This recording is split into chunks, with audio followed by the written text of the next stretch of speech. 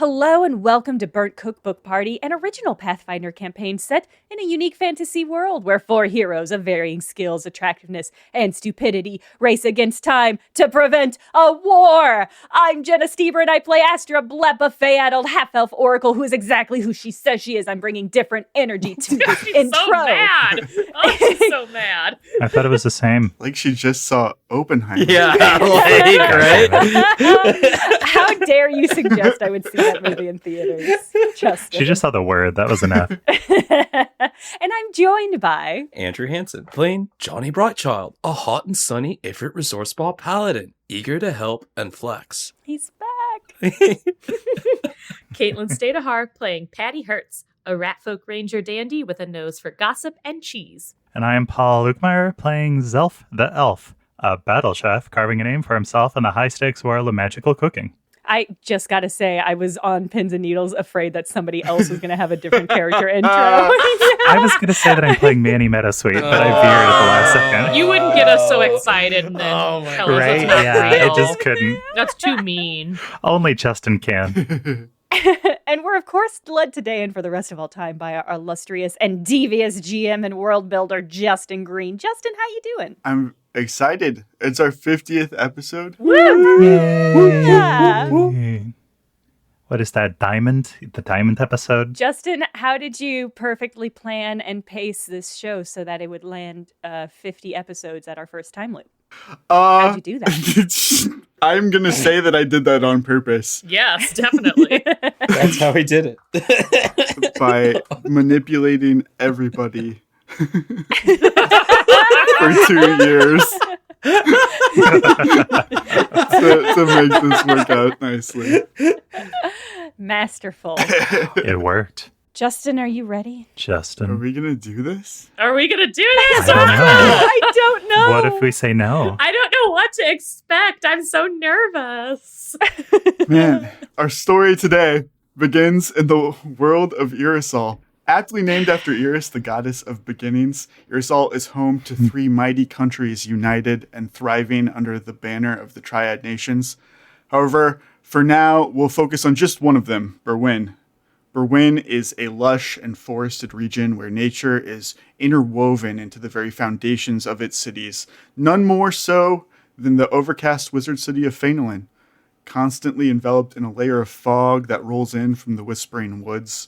After decades of peace, Berwyn has flourished. Its inhabitants enjoy lives of relaxation, chasing their whims and their hobbies with little concern. And among those people is one Astra Blep, who is waking up bright and early, at least the early part of the late afternoon, on Adia's the first day of autumn. Her one-room apartment is decorated in purple and gold, littered with beads and fortune-telling paraphernalia, but it's mostly occupied by a massive printing press. Jenna, would you like to reintroduce us to Astra and let us know a bit about her everyday life in Faenalin? Oh, yeah. Astra wakes up whenever she wakes up. It's usually around noon. The sun already beaming in full force into her apartment, which is good because it can be precarious walking around her apartment because she is not good at storing her beads properly. So it is This is not, a PSA for the audience. Please store your beads properly. not a purposeful booby trap, but it's there. So Astra is sort of a Betty Boop type, short for a half-elf, curly dark hair, thin eyebrows, and cupid bow lips. She usually wears a large purple coat over cute, loose, kind of flapperish dresses and short heels. Occasionally, she is followed by a shadowy, cat-like figure, one with an inconsistent number of eyes and legs that likes to cause her trouble at inopportune moments. And at her side, she always carries a rapier with a unique spiral blade. But she's got some books that she wants to drop off at the market. The bookseller in town, the one who specializes in magic texts, is out of books, of her books, because they sell so nicely. So she was going to haul a box down, make a little spare change, maybe wander the market, see if she couldn't find a mark just to rip off. She's just bored. Maybe she'll pickpocket them. Maybe she'll do a tarot reading for them or something. But that's her only real plan for the day. So she'll get up. She'll wrap her hair up. She'll put on her beautiful long beaded coat, strap on her sword, put on her nice shoes.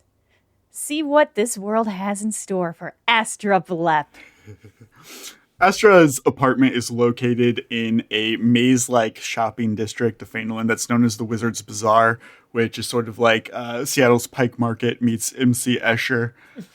Astra makes her way to the text seller, who she's quite familiar with, and he yells out to her, "Yo, Blep, have you heard anything about what's been going down this morning?" This morning? No, I haven't heard anything. Is there something exciting happening? I was hoping that you'd know more than me. I've been stuck here, but I've heard some crazy shit's going down. Like, first, that old paladin who runs the cat cafe, she told me that a house burned down overnight, but that it never was on fire. That doesn't seem likely. I don't know a lot about fire, but I think there's a kind of a strict order of operation. You know that traveling scroll salesman? He's the one with like the cursed giraffe neck. Oh, that guy. That guy never wants to buy any of my books. And I'm like, they're not scrolls, but they're still like readables. It's just like, I hate that guy. Yeah, why? Did he die? No, he told me that they're draining the lake to fill up a Scry Network orb. Like there's going to be some sort of international announcement, I guess. Oh, isn't the orb going to have fish and stuff in it? I don't know how that shit works. That's beyond me. I don't like to scry when there's stuff like floating in my bowl. It's like clean your scrying bowl. Like this is like 101 stuff. Ugh. Oh, but wait, what's the announcement about? I guess they don't know. Suddenly, from above you, you hear the sound of a man screaming, but it is in a language that you don't understand. A crowd starts to gather around, but no one seems to know this language that he's speaking. Interesting. Not even somebody who has the magical ability to tell what... Wait, do I have that spell right now? Hold on. I'll cast Comprehend Languages on myself. Does that enable me to understand what he's saying? That does indeed, Astra. Suddenly, you implicitly understand how to speak in Protean, which is kind of the language of chaos. Whoa. Oh. Yeah. And you hear this man on just the top of this building in the Wizard's Bazaar screaming, "The four hands of Hibdal no longer cradle Irisol. The forge of Gaffinrit the sculptor runs cold. We are alone in the void."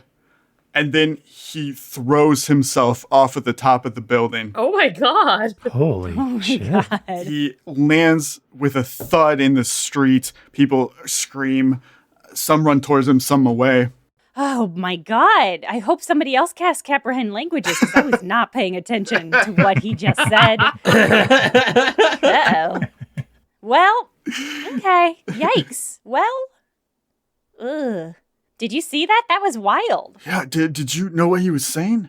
Yeah, he was speaking in the language of chaos. Like, that's wild. Like, I don't even know anybody who speaks that, like, normally without magic. He was saying something about how the hands... it's already just slipping right out of my mind. You know my memories. It's probably not important, right? I mean, if it were important, he'd have written it down. Right. Sounds just like ramblings of a madman to me. Yeah. Should I have written that down? This feels like a bad start to the morning. I don't always love my job, but I'm glad my job is not to clean up that guy off the streets. You know what I'm saying? Oh, boy.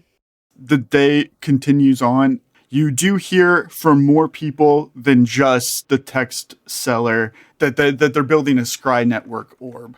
So that Scry Network is like an erosion invention that repurposes divination magic in order to openly share instead of spy.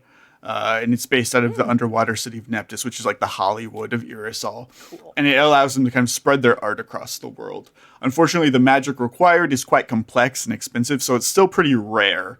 And it also requires like a substantial pool of water. In Berwyn, really the only place that has like a permanent Scry Network viewport is in the capital city. So that the fact that they're trying to throw one together, even just temporarily in Faenalin, you know something serious is happening. Eventually, you hear the voice of an elderly man, and it's as if he's standing in the room with you, even though you don't see him. And it says, "Do not be alarmed. This is the Archmage speaking. Please make your way to the clearing directly south of Milk Lake. In exactly 1 hour, Queen Davenhall of Berwyn and King Aimway the Eighth of Erosia will address the entirety of the Triad Nations. God, I really thought that guy was just talking only to me. But I think that message probably went out everywhere. And now I'm just talking out loud to myself. I need to get a pet. This is getting too far. I need to get a cat or something. This is too much. She'll walk down to hear the announcement. She's interested.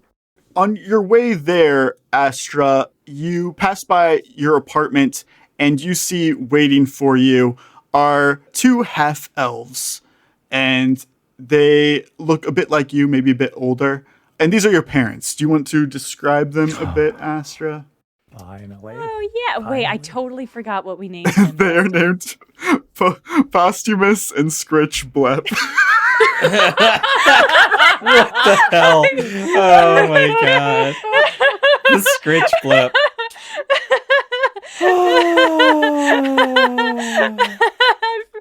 Okay. That was such a fun reveal that I did on myself by forgetting. I remember talking through, brainstorming their names now. Okay, yeah. Oh, hey, Mom and Dad. So it's Posthumous. My mother, Posthumous, mostly goes by Posthumous. Like there are definitely some nicknames you could pull out of that. But they basically never use them. Clytemnestra definitely gets her long name from that side of the family. they're both half-elves. Posthumous has, like, long, dark hair, very curly, much like Astra's hair, and she wears it really long, kind of draped around her shoulders. Scritch Blep is the shorter of the two, her father, and he's got, like, really short, cropped hair, salt and pepper, and he wears these tiny little glasses that just kind of perch at the end of his nose that he seems to never use, but often uses to look down at people with. But that's unfair because they're both very sweet people. And Astra will say, you came, hey Ma, hey Pa, you came did you hear that announcement? Did you guys think that he was just talking to you at first? Of course, I think that's natural, darling. That's a natural reaction you had. We were so worried. We came over to make sure that you were okay. Oh yeah, I'm fine. You know, I'm always fine. You are always asking how I am, and it's so sweet of you, but I'm always fine. Do Astra's parents smother her? Father kind of looks down his nose, his glasses. He says, they're saying that those chaos worshippers have lost their magic, Astra. Sounds an awful lot like what happened to your cousin. Ugh. People say that about everything. You get a cold and you're like, wow, Astra, that sounds just like what happened to your cousin. It's like, he's an adult. It's fine. What do I always say? People these days, they don't have fear of the woods. And now look what happened. Dad, I'm right there with you. Nobody is as afraid of the woods as I am, and nobody is as afraid of the woods as they should be. No, I agree. You know, people these days, Pops, I don't know. It's wild. Before you even realize it, they've kind of each, like, moved to one side of you and are moving you towards the lake as they, like, just, not needle you, but just continue to talk at you about the various concerns that they have in your life, in their own life. Your mother's like, oh, Clytemnestra, I recommended your puzzles to our neighbor the other day, sweetheart. She was telling us how she always is misplacing her reading glasses, and I said, that sounds like the brain monsters. Oh, bless her. Mom's trying. Mom, it's Brain Gremlin. Thank you for sharing it, though. She's been doing them every night before bed, and guess what? She's not losing her glasses as much. The puzzles work. Nobody would say that the puzzles don't work. They're good puzzles.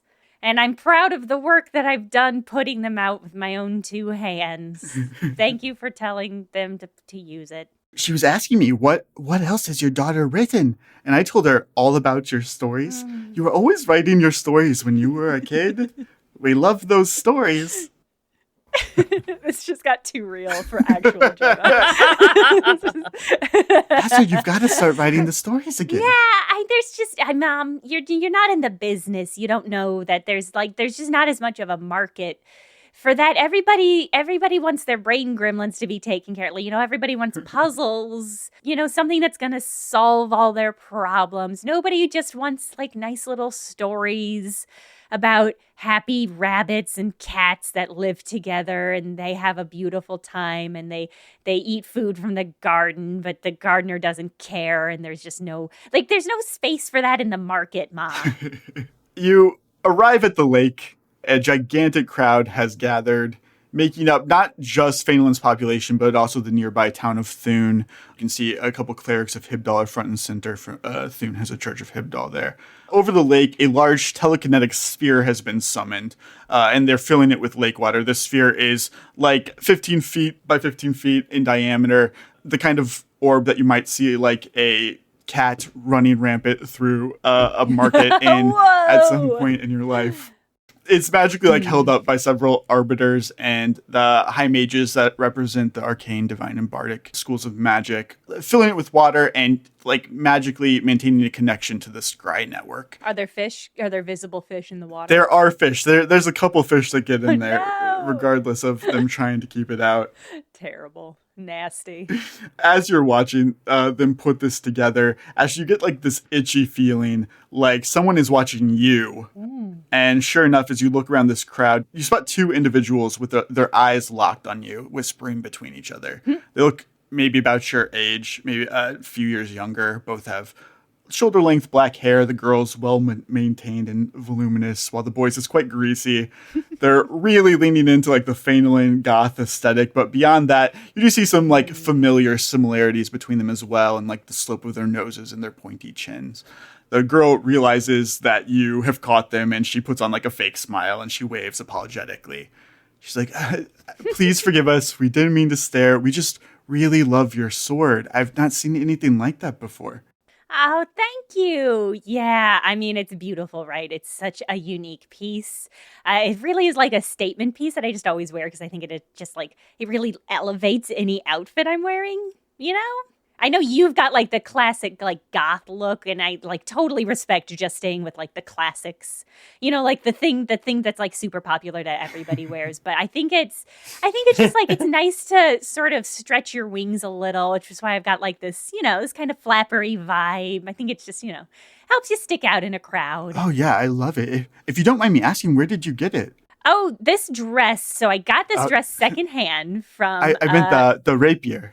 Oh, God, what great question. Where did I get this old thing? I think it was a secondhand market down on east of the street. You just go down there. There's all sorts of secondhand markets. And I just dug this out of some rubble one day. And it was, would you believe it? It was discounted. So I got it for so cheap. And yeah, it's great. It's a great sword. Thank you so much. Oh, no, I don't think we've ever met. Did you attend the academy? Which academy? The spelling academy? Yes, I'm so good at spelling. I have to be, for my work. The Faenalin's Magic Academy. Oh, yeah, Faenalin. Yeah, absolutely. I'm a magic user here in Faenalin, and we all go to that academy. So, yeah, I was there for sure. You must have, too. That's why you're so familiar. We're so familiar to each other because we know each other. Right. And that's why you're okay just walking up to me in a crowd talking to me. Yeah, of course. Sorry, my name's Glorhand, by the way. This is my brother Ansel. Ansel, Glorhand, so nice to meet you. I'm me. Hi. I'm Astra. Okay, yeah, I'm Astra. I'm Astra Blep. It's so nice to meet you. The boy speaks up. He's like, so how do you waste your days in this gloomy hamlet, Astra Blep? That you put it so true. That is such an accurate and poetic way of describing this dreary life, isn't it? I'm just, I'm not in classes anymore, obviously. So I just kind of hang out. I'm a printer by trade, so sometimes I'll print off. A printer? I'll do some posters, local bands, the cause. They were the Cure, but then they got really sick, so that's a big part of it. And days like this, you come down and you see them destroying the river and getting fish all up in the scrying thing. You know, you keep busy. Wow. You know, my brother has been wanting to print a book of his poetry for so long, and we just did not know who to talk to. Oh, God. Shadows dance and fall in my eyes. Ruby beaded jewels drop like dew, or alluring curves of silver spiraling through my flesh. A poem about your beautiful sword. Wow. Did you just come up with that? Ah, yes, I'm quite the artist. And you actually have like written down poems that you did on purpose too? Yeah, whatever your rates are, I'm sure we can find a way to make it happen. This would be a dream come true for us if you could print this for us. Yeah, we could probably work something out. Of course, you'll have to pay me up front. Because, you know, I've got all the costs of like paper and ink and stuff. And then, of course, once the books are published and they're in stores, all of that money that we're getting paid off of that, most of that will go, a lot of it, some of it will go to you. And that'll be how you make your profits on that. But then, like, just imagine your name printed on a book. Whoa. Make a sense motive check, Astra. I have not decided at this moment whether or not Astra is actually into that poetry or not. Just as context. The sheer possibility that she might be. She might be. She has terrible taste. She got a 14 on my sense motive. She goes, great. That sounds wonderful, Astra. That's perfect. We can meet at your place then? Yeah. You know, there's like a cafe right next door. Let's meet there. My place is just such a mess, pretty much all the time. But yeah, we can meet there, and I can maybe show you the printing. We'll see. Bring your book and some money, and we'll see how it all works out. Great. Within the watery orb, an image begins to form. First foggy, obstructed by like some rogue bubbles, a few fish. But eventually, so clear, it's as if you're looking through a window at somebody who's standing just a few feet away. And before you are two regal individuals. One is a human man in his 80s, wearing an ocean blue suit and a cloak that matches his eyes. Very tall, statuesque in posture. But he's still dwarfed by the elven woman that he's paired with because she's wearing this outrageous gown and crystal headpiece that doubles her size.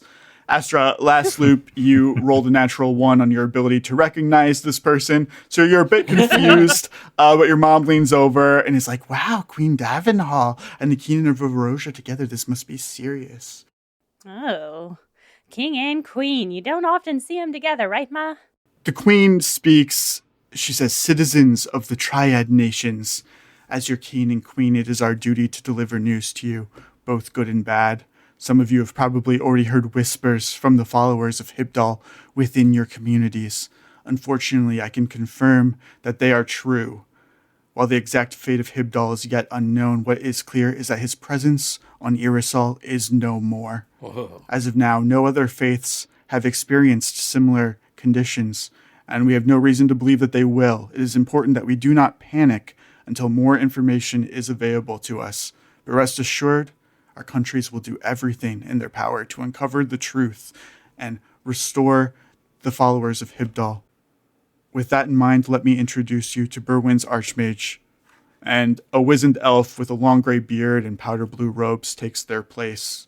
He struggles to understand like how the Scry network works, like where he's supposed to look, but eventually a younger person helps him out. It's the same voice you heard earlier, Astra, when he says, 70 years ago, at the height of the Great War, a group known only as Shadowwind was born. Spira Advin, a brilliant military leader to some, the holiest of saints to others, brought together a group of like-minded individuals from both sides of the war, striving to orchestrate unity over domination. We will need unity now more than ever. The faiths of Irisol must come together to support each other. At the same time, I will be bringing together a group of talented, specialized individuals from across the globe to investigate and hopefully repair what has happened under the banner of Shadowwind. Whatever the cause of Hibdal's disappearance, we will not see it repeated. Lame. Well, a bunch of nerds going to nerd school. Weird. Remember, regardless of what hardships we may face, nothing can break the bonds between our countries. Long live the Triad Nations. And you see Amway and Davenhall and the Archmage place a hand over their heart with 3 fingers extended. Astra, you see many people in the audience with you match this salute. And then the images within the Scry Network sphere fade, and all that's left is an intense murmur throughout the crowd. Paul, you didn't want to murmur with us? You guys are doing such a good job. He's the introspective crowd member that's just He's just staring. pondering. No, Like, he doesn't have anything to say yet. He's pondering the scry orb, just like, Wow, was that it? They emptied the river for that? That could have been a telegram. Like, right, can we all agree? Ugh. Despite the insanity of Idias I, time marches on. An undercurrent of fear remains, but the death of Hibdal becomes kind of the new normal for those that are outside of the faith. And Astra, you find life in Faenalin is pretty much unaffected. On Idias V, Gloriahan and Ansel stop by, but it's to let you know that they're going out of town for a time. Ugh. They're still very interested in having you print the book, but they're playing coy. You have heard rumors that they were both selected for Shadow End, but neither will admit this to you. But they're definitely interested. They said that we're going to stay in contact with you. We're serious about this book. We just like being around you. We want to get to know you better, Astra. Aw, you guys are so sweet. Hey, wait, Justin, this is a question I haven't asked in maybe 50 episodes. Is Glorhan hot? I think Glorian's pretty cute. Okay. Yeah. Okay. What about Ansel? Well, I made an assumption about Ansel. Yeah, we all made I think assumptions we all about did. Ansel. Gloriahan's Great. little token was always cute. She had like cute little curly hair. She was cute. Yeah. She had a cute little goth outfit. Yeah. If you want to leave the book and some money with me, I can get started now. wow. And I mean, by the time you come back, it'll be here, and you'll be able to read it. So if you just like, there's no reason to wait to do it, especially if you're going away. What a closer. Yeah, she's good. Coffee's for closers, Paul. So. Yeah, only. You find that they're up front. They do leave you money, Oh, great. more than you asked for. They leave you some of Ansel's work. He promises that he's going to mail you new poetry constantly. Oh yeah. Glorhan, you can send me letters too if you want. We can. There's no reason we can't keep in contact while you're away. Sort of a dear Astra situation. Definitely, Astra. Days turn into weeks, and every one of them kind of starts to feel the same, blurring together. Somehow Faenalin is getting more boring. Like, every once in a while, there's a jolt of excitement, like the gourmet goblins will attack somebody, or you'll get mail from the Pharrell siblings. Like, apparently they won the Arrow Peak competition, according to, like, an epic poem about it that's included. But otherwise, really, the only interactions that you have are with your parents or with the vendors. Your days are pretty slow. At one point, you're pleasantly surprised to learn that all the copies of Train Your Brain Gremlins were bought from the Wizard's Bazaar. Oh, great. And the shopkeeper hands you a gift basket that was left by the purchaser, a woman called Madame Ogavia. She's left you like a nice bottle of Swanspell wine. The shopkeep tells you, she's got a pretty big following, Blep. This could be huge for you. Finally get out of Faenalin. Check it out. This is our publication. And he hands you like the newest copy of Astrology Today, which on the cover is like an image of a white-furred rat folk in a pink beret who's surrounded by silhouetted figures. Below the image it says, Patty Hertz, succubus? Whoa.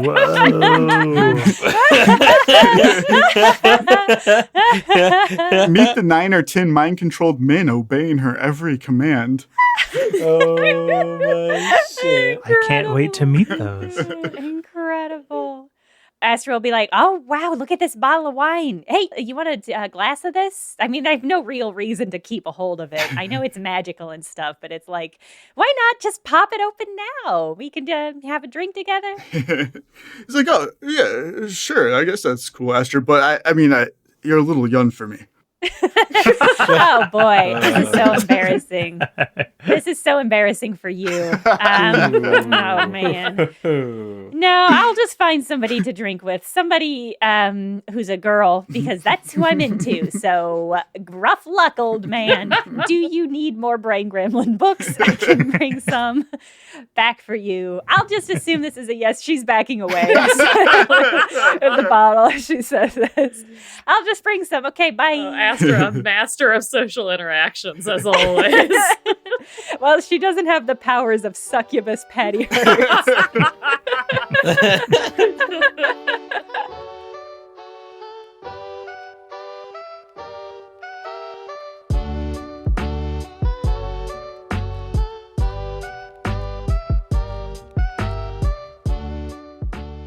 Wow. Suddenly it's 50 episodes in the beginning of a whole new time loop. Sadly, there was no Patreon mid-roll ad in that first episode, or else I would have absolutely just cut out that audio and dropped it in right here and see how many people noticed. Just think for a moment about all those hours of entertainment. Then think about the laughs and delight and the terror this show has given you. And then think to yourself, what is that worth? If it's worth a few dollars a month, then consider signing up for our Patreon at patreon.com/bcbparty. Among the perks you'll get for signing up is access to the Discord, which is, by the way, a great place to talk to other fans about what is happening in the show. We've even got an October art challenge happening right now, which has inspired lots of incredible crafty work from the fans. Thank you to everybody who's contributed. And you only see that by subscribing to patreon.com/bcbparty.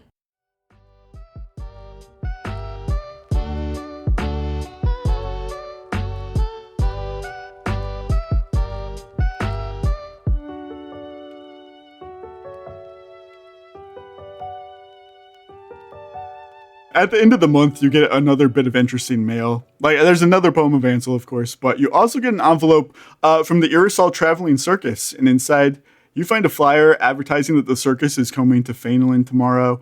There's also a ticket with your name on it and a brief note explaining that you were one of the few randomly selected Faenalin residents who won free admission. There's a food voucher. There's a token for a free session with the circus's fortune teller. Whoa. Fun. Exciting. Oh my God. Have one. This makes Astra's day. She's extremely excited. She puts on her best beads. She puts on her nicest turban. She is so excited. In the same lakeside open area where the Scry Network was set up, a bustling carnival has now appeared, built up around a large red and purple big top tent. And there are multiple smaller tents that are connected like with strings of flashing fey lights, with things to do and see in them. Before you can even get to the ticket taker, you're greeted with like overwhelming smell of like caramel and butter and jaunty aggressive music that's coming at you from all directions. What a great combination. Butter smells and jaunty, aggressive music. You take in a show of like Venara acrobats, like the monkey race, and there's like a hall of mirrors, a beardless dwarf. God. My God. Justin. Eventually you find your way to the fortune teller's tent. It's illuminated with a single flickering candle. There's an elven woman that sits at a small wooden table that's shuffling a deck of tarot cards. She has like dark brown skin and her hair is braided up in a huge bun. She wears purple robes with constellations embroidered on them. And in front of the table is a sign that reads, "The Oracle of Olvadell." Oh, I love your robes. Hey, I got a coupon. Is that okay? Oh, absolutely. Are you here for a reading? Yes, I love getting my fortune read. Fate, I don't know so much about, but I love getting my fortune read. Oh, we can do that for sure. You can call me Gyiha if you'd like. Hey, Justin. It's Gyiha hot. What? It's Gyiha hot. Gyiha hot, Justin? Justin! Yeah. Gyiha hot! She's so gorgeous that you wonder how somebody as good looking as her could end up in this place, like with a bizarre acts. Like, she could certainly do better. Like, what is she here? She could have a series of TV commercials. Miss Gyiha, call now. Miss Gyiha. Call me now. She takes out her fortune telling cards and she deals out 5 of them. She's like, "Is there anything that you're curious about, Astra?" I'm feeling a little unfulfilled professionally. I'm just wondering if I shouldn't stretch myself. Like, my work's fine, but just feels like day in and day out, it's the same thing. You put letters in, you press the letters, you look at the letters. They're letters. It's every time. Gyiha nods knowingly. She flips over your first card. It's the Wheel of Fortune. She says to you, in the upright position, Astra, this can represent constant change, freedom, but yours is reversed. I do see that perhaps you're stuck in some sort of rut. Yeah. Whatever direction you head, you wind up right back where you started. I feel like a cat in a ball on a lake running and running, but not able to make any progress. Wow. Yeah, flips over the next card. You see it's the 6 of coins. Astra, somebody sees potential in you. They're going to appear like God's hand from heaven, lift you out of this ball like a cat that you've been running around in. But you have to beware because it won't be out of the kindness in their heart. There will be strings attached. Interesting. You know, I did make the acquaintance of 2 people who want me to publish some poetry. And I think it could be really big, but I just don't trust them. So that makes a lot of sense. Yeah. She flips over the next card. She reveals to you the 2 of wands. You see in the card's art, the wands are crossed. It's reflecting the endless battle between Ebnir and Salinas over magic itself. You know, you will stop running in circles, but you might feel like now you're caught in a deadlock. Like you're damned if you do, damned if you don't. Now, that doesn't seem positive. No, go on. My advice to you, and she flips over the next card, the 7 of swords. From your perspective, you might feel like the battle hasn't even begun, but you're already under attack. Oh. If you have any hope of evading those that would use you in this world, you need to be clever. You need to be fast. On the card, you'll see Lunas is stealing a sword from Idon's armory. You have to act before your enemies even know that the war has started, or you'll be the one that's caught off guard. Ooh. I don't think I should kill Glorhan and Ansel. Is that what you're saying? That feels really preemptive. She flips the last card, and you see it's the High Priestess, the goddess Iris on the card. She embodies neutrality, bridges the gap between worlds, magic, reality, good, evil. While Ebnir and Salinas wage war, Iris trusts her instincts, and she shares her knowledge with others. To succeed, Astra, you must look inward and make peace with the spirit that you find there first. The High Priestess's guidance can lead even the fool to become the magician. That's how you're going to escape the wheel, how you'll escape this rut. Interesting. I think I have something that could help you on your journey to enlightenment, Astra, if you trust me. Ooh, yes. The coupon didn't say anything about gifts, but I'm very excited. It's not something I would do normally for just anybody. Uh-huh. It's not unlike meditation. It's a bit more magical in nature. Oh. Give me a moment to close up my tent here, but you go on ahead to my caravan. It's behind the big top. It's marked with a number 5, and I'll be with you shortly. Okay. She will do so. Astra's not going to turn down a gift from a hot lady. Right? In Yeah, my right. caravan. A complimentary Yeah. bonus gift. Astra, as you move behind the big top, you see these rows of caravans. Go ahead and make a perception check for me. Let's see. I never increased Astra's perception in all of the levels that I had in the last road, so this should be about the same. That makes you feel better about going back to 4th level, right? Yeah, it's like, what has really changed, honestly? Not that much. I rolled a 13. It's not bad. You are able to easily find the caravan number 5. It's clearly marked. It's quite sad-looking, plain wood, clearly decades old, with cheap fixes thrown on to cover holes and broken parts. When you open the door, you smell a very distinct scent that you've only encountered once before, when you were deep in the Whispering Woods, stumbling onto bodies of those who did not make it out. This is the smell of death. Oh, God. Oh. Uh-oh. And you realize you're not alone. A humanoid creature looms over you. And at the top of their head, instead of hair, there's expansive red petals with white spots across them. Paul, would you like to reintroduce Tetra to us and let us know a bit about its everyday life? No. Why? Heavens. Justin Green, I would love to. Oh, God. No! No! Nobody wants Tetra to come back. We just got rid of pervert John Minaj, and now we're getting back Paul's pervert character. Pervert. What? I'm assuming, Angela. I'm assuming he's a pervert. Let me be clear. I had locked Tetra in the vault forever. So when Justin told me Tetra's coming back, I had to dig deep. Oh, God. One more ride, Paul. I had to dig deep, but Tetra was there. The worst parts of you are down Waiting. there in Tetra. Tetra is a Floriad. And a Floriad is a type of dryad that lives in the Safnian jungles in Erosia.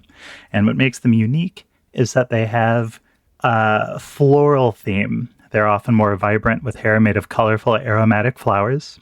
Tetra in particular has a flower that is a corpse flower. Which gives off a unique and unmistakable odor. Tetra is a lithe and graceful dryad folk wearing an assortment of colors and patterns, a lot of polka dot material to match the polka dot flowers. And it turns and gives you the most sincere smile you've ever seen. Ah! Roll will save. Tetra's class in profession and passion is an aromaphile, so it spends all of its time arranging different scents to have surprising effects. It spends its days traveling the country looking for ways to make ends meet and save money for an eventual return to Olvadell, where it's going to open the greatest spa the country has ever seen. Currently working at this traveling carnival. Well, hello, you're not Gyiha. You're not Gyiha either. Not last time I checked. Come on inside. Should I? I don't know. Yeah. I was supposed to meet Gyiha here. Were you all supposed to meet her here? Gyiha's an old friend of mine. She invited me up for the night. I'm just mixing some perfumes. Lately, I've been interested in the concept of nostalgia. I've been looking for scents that provoke surprising memories and responses in people. Is that why it smells the way it does in here? Oh, how does it smell? Well, you know. You know. You know. One of the endlessly fascinating things about smells, dearie, is that different people respond to different ones. Humans tend to dislike the smell of corpses, but catfolk can love it. Well, I'm a half-elf, so I guess I'm sort of in between. It definitely invokes strong memories, but not positive ones. I don't think most people smell corpses and are like, the good old days. You'd be surprised. Well. You meet all sorts in the odor circuit. Tetra's gonna spray a bottle of perfume, and the smell of corpses immediately fades and is replaced by a beautiful dewy meadow. In the odor circuit. Nostalgic of a childhood. Nostalgic of a childhood on the less fey-addled edges of the Whispering Woods. Yeah, this is beautiful. Wait, how'd you know? Oh, there's a little special something in here that just knows. Oh. I mean, that's kind of creepy. Is it like a mind-reading magic? That's right, my name's Tetra. Oh, I'm Astra Blep. Nice to meet ya. There's something about smell that's a little disarming. Yeah? So, Astra, why don't you tell me about yourself? Should I be disarmed? Only if you want to. I'm a printer by trade, lived in Faenalin my whole life. Been out in the world once or twice, but I always come back here, back home. I've never ridden the odor circuit that you mentioned. Right. Oh, it's a ride. I bet. It sounds like it. It's interesting, isn't it? Even half-elves have roots that they can't stray too far from. It's fine. It's not a bad life. But is it what I'm meant to be doing? You know what the circus is famous for? The beardless dwarf? It's for people escaping from their humdrum lives and running away to join it. Do you think that beardless dwarf had a bad life before he joined up? No, the beardless dwarf has always been fabulous. I'll take you to meet him later. Oh, I would love that. Would you like a drink, Astra? Yeah, sure. What are we having? Let's start with some dandelion wine. Oh, I love a fine and dandelion wine. Now, Astra, not just everybody can come back to Gyiha's caravan. Honestly, I love to hear that. I wasn't really certain what the vibe was. She gave me a fortune reading, and boy, it was so accurate, because I've got these people who want me to publish their poetry, and they gave me a lot of money. Like, I was pushing for it, but they gave me more money than I was even pushing for. And it just felt really weird and suspicious to me. And that's what Gyiha was saying, like, watch out, because there's people who are going to, try to lift you up, but they're going to lift you up with strings on your body and then kind of jerk you around with those strings. Her metaphor was more fluid than that, but that's sort of the gist of it. Mm-hmm.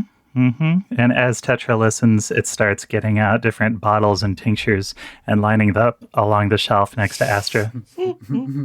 Astra, if there was another life you could live, what would it be like? I feel like in a certain way I'm already living it. Sometimes I feel like the life that I'm living now was not the one that was meant for me, and that it's a life that I've stolen almost, or that I've bartered for. Keep going. Tell me more. Don't stop there. So you're telling me that this humdrum is everything you could ever want? It's more than I've ever deserved. Oh, honey, all of us deserve the world. We just have to give it to ourselves. I think I already did that. I think this is the world I gave myself, but did I do a bad job? Is fate real? Fate is the fate we make. As you ponder that, Gyiha arrives back at the caravan. She says, I see you've met Tetra. It's one of my oldest, dearest friends. It saved my life, what feels like a lifetime ago. Yeah, Tetra. They're great. She's carrying a book that she didn't have before, and she places it on the table in front of you. You see that the cover has no writing, but it does have a small lock on it, like you've encountered on some diaries or spell books in the past. It's certainly seen better days as well. It's ripped and torn and stained, but miraculously still in one piece. Gyiha says to you, are you familiar with psychometry, Astra? Who isn't? I have no idea. I've never heard of it. It's an innate occult skill that allows you to see the history of an object just by touching it. Oh, that's cool. I can help you access that power, Astra, but using it directly on this journal is too dangerous. I've tried in the past and it put me into a coma for months. Oh. Instead, we can combine my psychometry with Tetra's ability to unlock past memories, and we'll limit what you see from the journal's history to only the things that you once already knew. Mm-hmm. Oh, shit. Like viewing a past life. Oh, what? Why would I want that? You're not into past life theory? I thought everyone who got a card reading was. Well, I don't know if I believe in past lives and all that. Fate, sure, maybe, but I don't know. I just treat this as another fortune telling. It's just a fortune in reverse. Whoa. Wow. That was good, Paul. I get, a fortune in reverse. So like a telling of a past, but like a different past, like a past I didn't live. It would be like waking up from a dream. I mean, things are not great now, but like what if they were worse? Oh, but what if they were better? But how am I supposed to know which it is? The only way to know is to rip the Band-Aid off and jump in, Astra. I never rip the Band-Aid off, though. I always just kind of like pull it up little by little. It takes like an hour. I just can't do it. But that's just a metaphor. No, I understand. I understand what you're saying. Paul, do you want to tell us what this ability is that Tetra has? Oh, I would love to. As a mesmerist with an archetype of aromaphile, I have a mesmerist ability called Life Review. The mesmerist can trigger this trick when the subject attempts an intelligence or knowledge check to remember previous experience, and when they do, they receive flashes of their entire life up to this point. Whoa, is this like a standard spell that exists in Pathfinder? Yeah, this is something he had already. It's a standard class ability, yeah. What? Damn. Yeah. That's wild. Yeah. How relevant. That's so cool. I know. I chose it completely randomly, and Justin, the little devious GM. I'm not convinced Justin didn't incept this. Yeah, I was gonna say.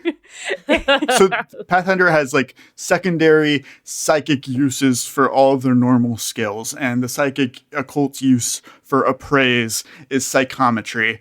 And you can't necessarily normally access it, but this ability that Tetra has also lets you use skills that you don't have any skills in, even if they're required normally to have them.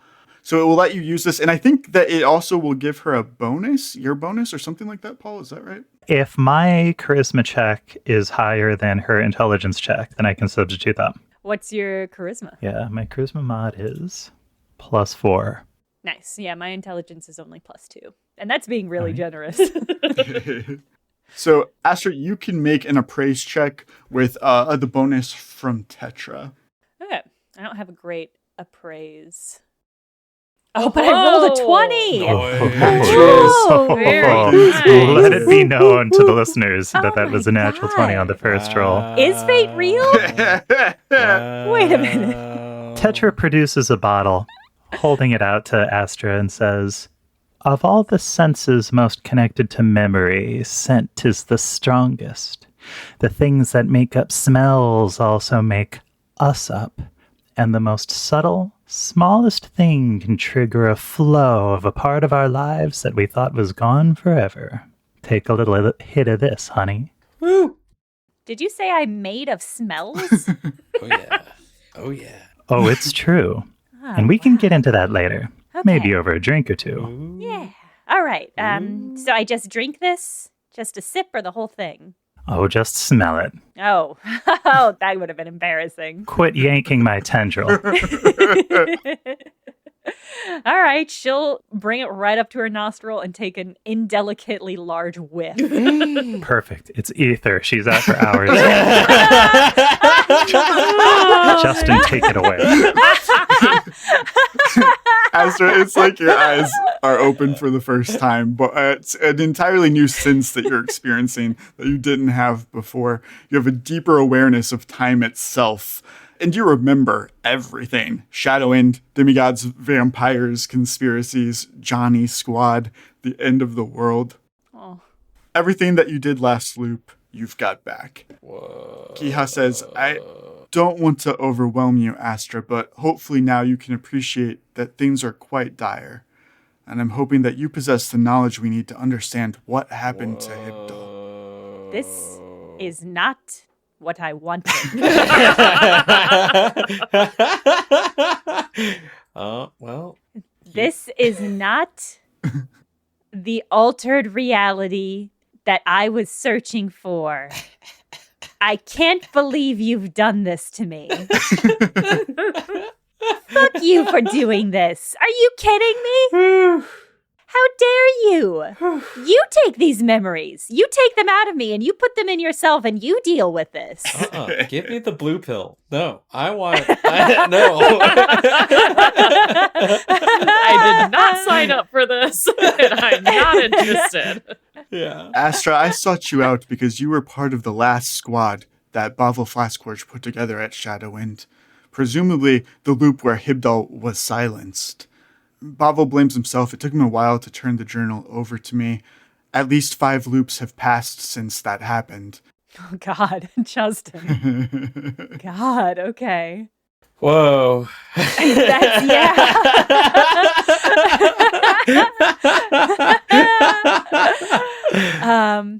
Christ, okay.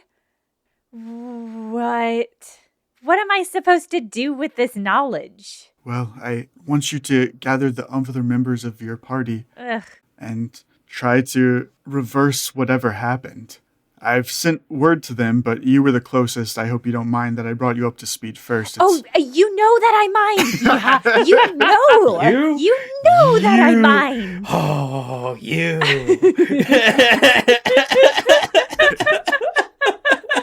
She says, "It's been quite difficult for me to pin down Patty Hertz in particular, but luckily Tetra was able to pull some strings with a few of his friends in the resort business, and if everything works to plan, she should be arriving in Begram tomorrow, where Johnny Brightchild is. You and Tetra, if you move quickly, you should be able to reunite with them." I don't know, Gyiha. This one looks a little spooky. No, I want it. Give it to... I'm doing it. You guys can't stop me. I'm gonna form this squad, and we're going to do everything perfectly right. First, we're going to get that crown. And once we're all really powerful,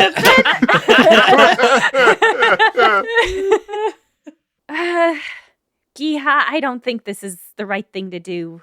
But you're right. I don't want to stay here anymore. Is anything better than this horrible, sad little life that I've built for myself? I'm not convinced that it is, but I guess I know what happens if I stay here another loop. It's just going to be this over and over again. Exactly. And I don't really know what that means, but I don't know what it means to go through with this loop either, so... Okay, I'll go find Patty and Johnny, and we'll make the Johnny squad, just the three of us. Excellent. Don't forget me, Tetra. And Tetra, of course. Of Makes course. 4. Of course. Oh no, Justin. What, Jenna? What, you don't want Tetra to be in the squad? Gyiha says, I wonder if that's what caused everything to go awry. Hibdal's holy number is 4, but in your loop, Bovil broke tradition and he only chose 3. I mean, I don't know why, but I'm just theorizing at this point. Something had to have been different in your loop, right? You think it's just that there was the 3 of you? Quick and super important question, Justin. Mm-hmm. So, does Astra get all of her memories back Oh, yeah. as they actually were, or as they were represented in the journal? As they actually were. No!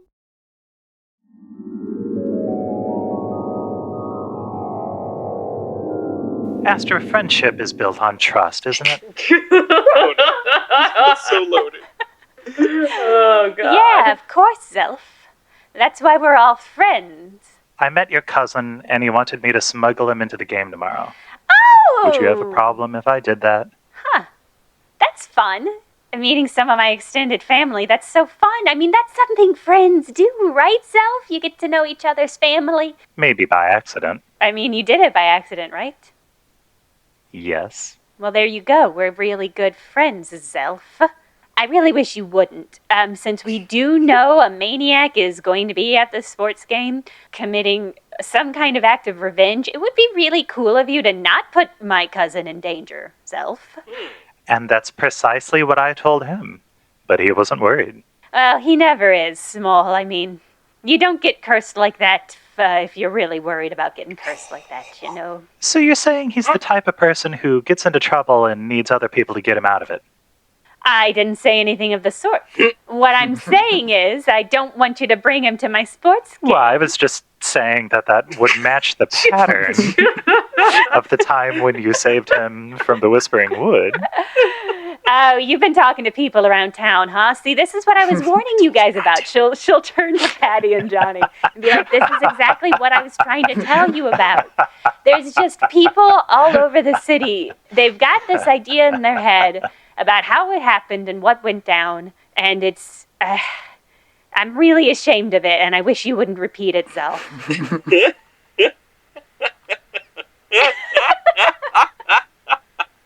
Astra, I didn't know there was anything you were ashamed of. I apologize.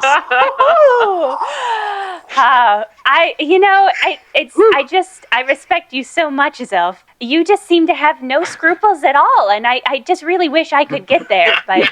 Thank you. For the time being, there's still stuff that embarrasses me about being back here in my hometown, and someday, Zelf, I'll be just like you, and I won't care what anybody says about my morals or my past, but I'm just not there yet. Are they fighting? Zelf has no idea what just happened, but it felt criminal to come to Astra's backstory town and not ask somebody about their backstory. And I'm glad this is And you didn't even think to ask Astra after everybody is sort of tucked away into bed. I want to take a moment on the side to do something that Justin and I talked about in the intervening weeks. I think now's the moment, Justin. God, you really did do some scheming. Yeah, Oh, Paul. I'm excited. You schemed openly. I schemed behind your back.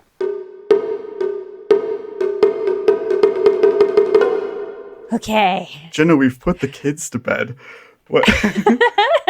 They were so sleepy. It's just the two of us recording. I don't know when we'll put this in. Yeah, whenever they figure it out. I'll let you explain. So, Zelf and Astra had a tense conversation after Zelf admitted that he had met Small Blep and had pressed him for information. What is going through Astra's mind? Oh, I mean, Astra's in a panic in 5 different directions, but the moment that she realizes Zelf is using his keen investigative background to investigate her, she sees him as a threat. That's just it. And so she does what she knows how to do, which is skullduggery. And that night, after everybody else goes to sleep, Johnny presumably on the floor, I think Patty on the couch, Zelf, I don't know, rolled up in a ball in the corner with a blanket draped over him. Zelf feels to me like he just like sleeps sitting straight up, maybe even like his eyes open. Like Okay. Yeah, in the chair next to the couch. He's sat up as though waiting for his lover to come home from a tryst. She flickers on the light and she withdraws from her pouch Bovil's journal. She's going to go through, find Zelf's name, and remove it.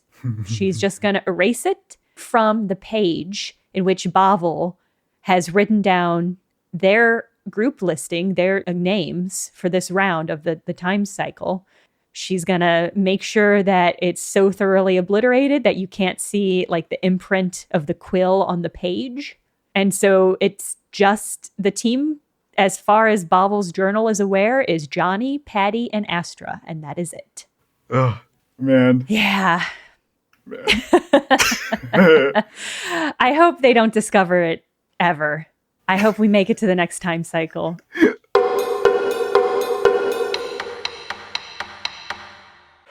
Okay.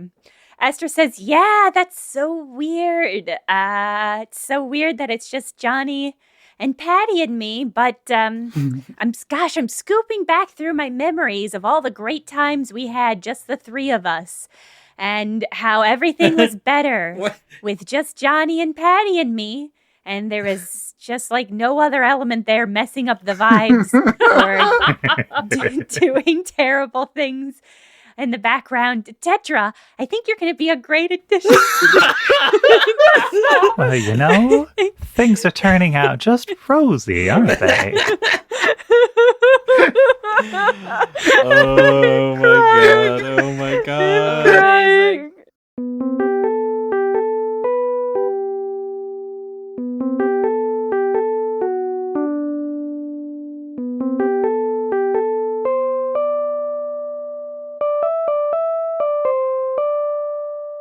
Thank you for listening. Can you believe we made it through one whole time loop? This is somehow just the beginning. Thank you for listening, and a special thank you to our Patreon subscribers who are supporting independent media in the most direct and sustainable way possible by giving us money so that we can keep doing this show.